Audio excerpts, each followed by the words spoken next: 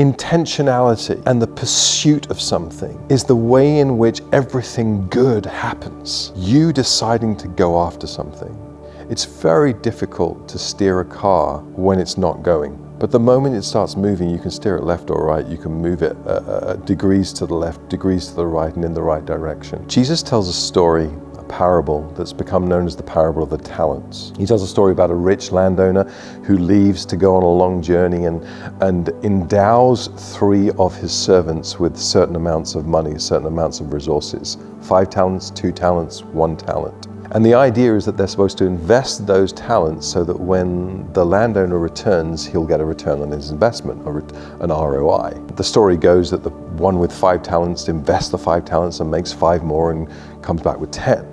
The one with 2 invests it, comes back with 4, and the one with 1 is so frightened and so scared and so passive that he buries the talent in the ground and returns the 1 talent to the landowner. And all the problems in the story come for the person who buried their treasure and their talent. I think the point Jesus is trying to make is that you have been gifted much, and therefore much is expected of you.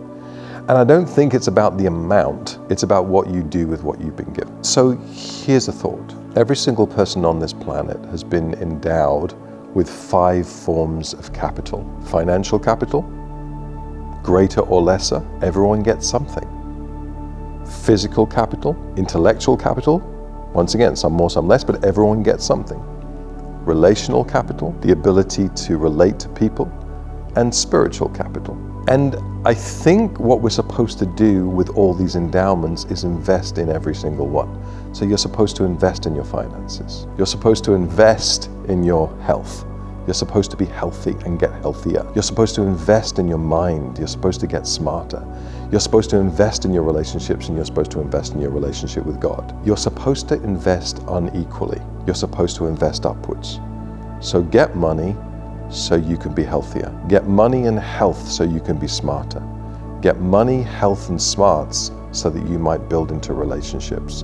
Get all these things so that you might honor God. Because only 2 of these capitals are eternal. These are all temporal. And of course, if you wanted to do more, you would say the way in which the world views this model is like this. Money is the most important.